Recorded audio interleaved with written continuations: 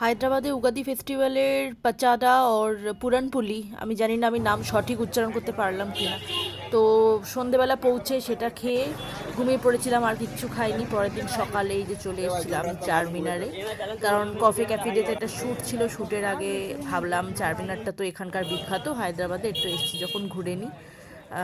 ভালোই লাগলো, ভেতরটা ঢুকতে পারিনি, বলা ভালো ঢুকিনি।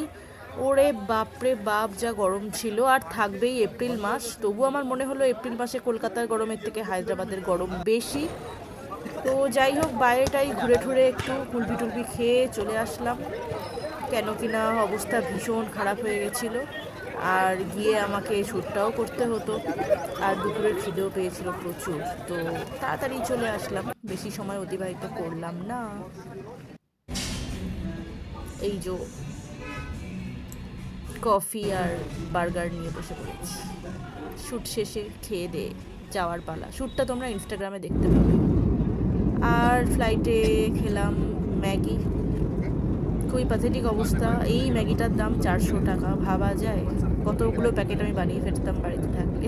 যাই হোক, যাওয়ার পালা কলকাতা। টাটা।